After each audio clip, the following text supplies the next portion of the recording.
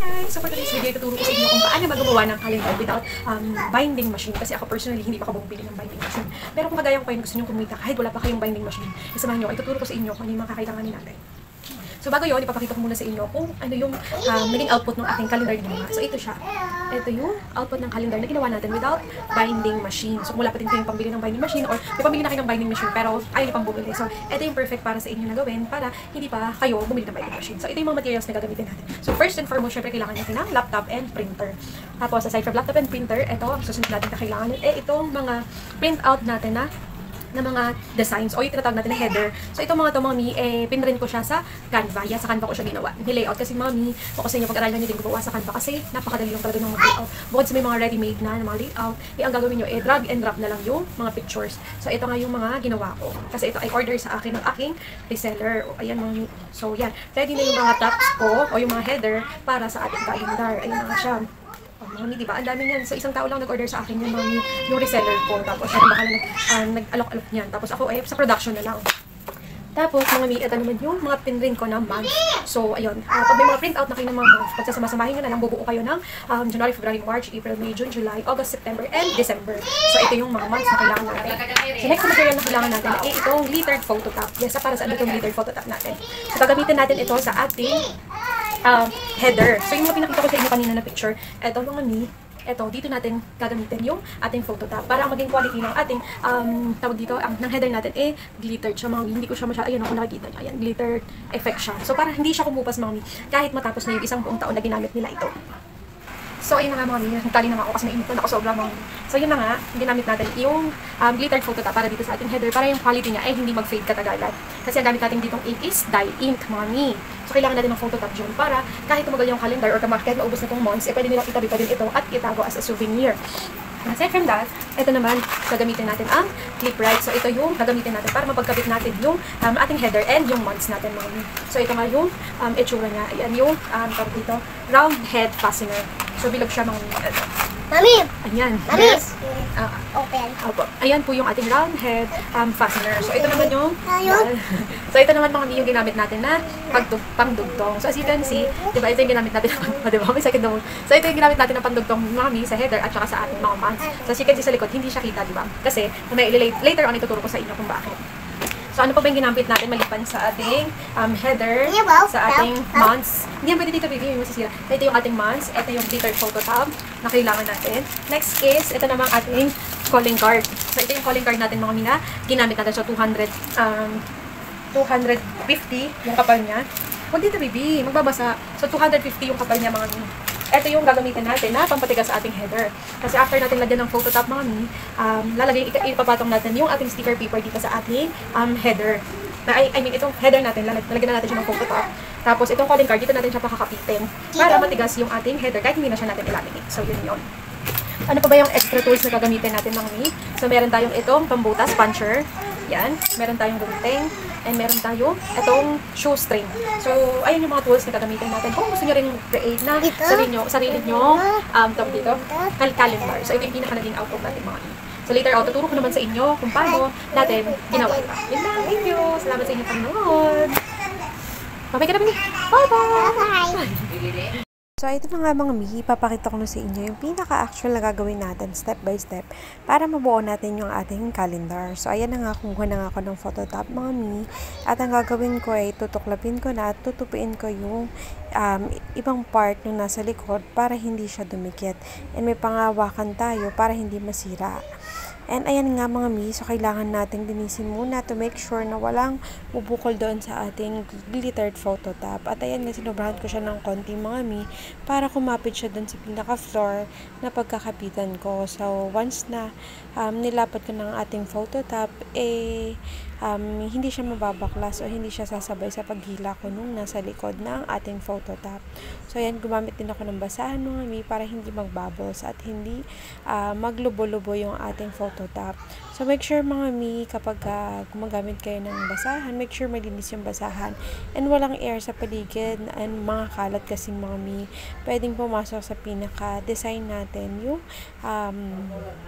yung mga small particles kaya ng buhok or kung ano mang mga dumi sa paligid. So, make sure kailangan malinis yung paligid kapag maglalagay kayo ng photo top, mga mi. So, yan, lilinisin nyo muna yung surface ng ating image. So, ganun lagi. Important reminder yun, mga mi, ha. Wag nyo kakalimutan linisan muna ang inyong pinaka-header bago nyo lagyan ng photo top. So, ayan, pagkatapos nga gugupitin na natin yung pinaka-sobra ng glittered photo top sa gilid ng ating pinaka-header, mga mi. So, yan, no, ginupit ko nga siya, mga mi. Pwede nyo nga siyang diretsuhin, mga mi, kung gusto nyo mas mabilis. Kasabay naman yan siya, ayan, no, diba? Para sakto lang yung pinaka-photo top natin sa ating pinaka-header lang, walang sobra. And para, syempre, mas malinis din siyang tignan kapag ginupit natin. O, diba, mga mi? Huwag nyo kakalimutan yan. And afterwards, tanggalin nyo yung mga dumi-dumi na tinanggal nyo na excess na photo top. Pagkatapos nyan, ang susunod natin gagawin, ayan, ipapunch natin yung ating pinaka-header. O, diba? Ayan. So, yan, ipapunch natin yung lower part para dyan natin ilalagay yung tawag dito, yung pagkakapitan natin na mga months natin, mga mi. Dyan natin ilalagay yung ating round fastener para magdikit yung ating months and yung header. O, diba, mga bibinutasin ko na nga siya. And you need to make sure na nakatapat siya ng maayos para hindi siya matabingi or magilid-gilid. Sobra yung months natin sa gilid-gilid. So, ito na nga yung mga months na pinrin ko. So, ang susunod naman na gagawin ay hihimayin natin po. Bubuo tayo ng 12 months na pagsasama-samahin natin, mga mi. So, January, February, March, April, May, June, July, August, and September. Pagsasama-samahin natin siya, mga mi. O, ayan ang ginawa ko, mga mi. Yan. So, di ba pagkatapos natin siya pagsama-samahin, you need to make sure din, mga mi, na i-double check nyo, ha. Alam nyo ba, yan, inisa-isa ko na yan. And, ewan ko ba, bakit ganun? Nung nag-ano na ako, may August pala dito, mga mi, oh. Pero kasi nung gumawa na ako nung umaga, wala na ako nakita ang August, mga mi. Ewan ko ano nangyari. Yan, nakita nyo may August. Pero, nung ginawa ko na siya, mga mi, wala akong nakita ang mga August. Ewan ko ano nangyari. So, yun nga. Yan. Pag nakabuo na kayo ng buwan, mga mi, so ang gagawin natin, ipagtatapat-tapatin natin at ubutasin natin siya para, ayan, oh, diba? So, ang gagawin natin, mga mi, kukuha tayo, itong pinaka-header natin, kukunin natin yan as guide. Yan, babalik rin natin siya ng tapat dyan sa ating months. O, yan ha, pabaliktad. Reminder, mga mi, pabaliktad ko siyang tinapat, ha. Para sa lower part ng, yung lower part na may butas, tatapat siya sa upper part naman ng months natin, mga mi. Para pag binutas natin yung months, nasa taas yung ating butas doon sa months, ha. Huwag nyo kakalimutan yun. O, ayan, o, diba? Kasi yan na yung pagtatapatan natin. O, ayan. So, yan na nga siya. So, ang susunod natin gagawin is pagpapatapat-tapitin natin ng maayos and i-assemble natin siya. Ayan, bubutasin ko muna pala lahat ng months. Yung nabuo kong months. O, ayan. So, you need to make sure, mga mi, dito na pantay-pantay maigay yung mga months nyo, ha.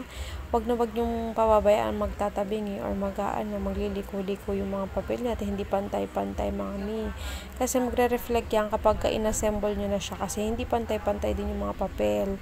So, you need to make sure na pantay and i-check nyo na rin kung kompleto yung months nyo. Yan, July, August, September, October, November, December. And ito nga palang tawag dito, mga mi, sa etong months ko, mga mi, binili ko lang na template yan sa page ng mga kagaya kong crafters, mga ano. Ayan, shoutout pala dun sa kalimutan ko yung pinagbilhan ko, pero talagang gumagawa yan sila ng CS Style ata yung pangalan ng pinagbilhan ko nitong aking pinaka layout. Ang ginagandahan dito kasi, mga mi, since Canva user ako, mga mi, ina-edit ko siya yung background niya sa Canva kasi yung binigay nila na link Canva, yung pinaka yung template na yan. Ayan mga mi, you need to make sure na may tatapat nyo maigi yung nasa lower part bago nyo idikit yung nasa upper part. To make sure na tama yung inyong ang pagkapwesto sa baba at sa taas para hindi siya magtabingi mga mi. And you need to make sure na hindi nyo siya idediretso ng tanggal mga mi ha. Yung pinakalikod ng ating sticker paper, hindi nyo siya tatanggalin ng buo. Kasi hindi nyo na mailalagay yung ating may round fastener kapag hinugot nyo na yun ng buo. Ayan. So, pinwesto ko na yung dalawang round fastener natin and ibuka natin ng konti yung ating round fastener. Saka natin siya isushoot ng ganyan. Diba? Yan. Ayan. Isushoot nyo siya pag ganyan mga mi. Ayan. Tapos binaliktad ko siya mga mi. Pagkatapos nga yan mga mi, itutupi ko na yung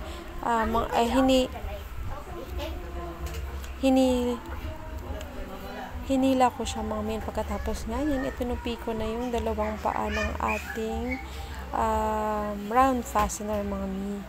Pagkatapos nga yan mga mi, dinikit ko na yan nga mga mi, diba nakita nyo? Dumikit siya kaagad. So, ganun. Masisira yung ating sticker kapag ganun. So, you need to make sure na hindi siya didikit kagaya nung nangyari. At ayan na nga mga mi, didikit nyo na siya once na, tapos yun ang inilagay. Ayan na mga mi. So, nagsama na yung ating header and ating mounts. So, ang gagawin ko naman, ibubutasan ko na yung upper part naman para sa pinakatali ng ating header para sabitan ng ating calendar. So, as you can see mga mi, ayan, nabutasan ko na nga siya. Pagkatapos nga yan, nilagyan ko na ng shoe string, tinalian ko ng 2 beses para hindi siya lulusot doon sa ating header, sa butas ng header. Ganyan mga mi. Diba? Saka nga pala mga mi, kapag gumipit na kayo ng shoestring at nasukat nyo na kung gaano kahaba lang yung tali, tanggalin nyo muna para wag gupit na kayo ng marami niyan. Kung ilang calendar order sa inyo, gupitin nyo na ng gupitin. Para, ayun, pare-pareho yung haba ng inyong pinakatali. At hindi kayo mahirapang magtansya kasi meron na kayong guide. Ayan mga mi.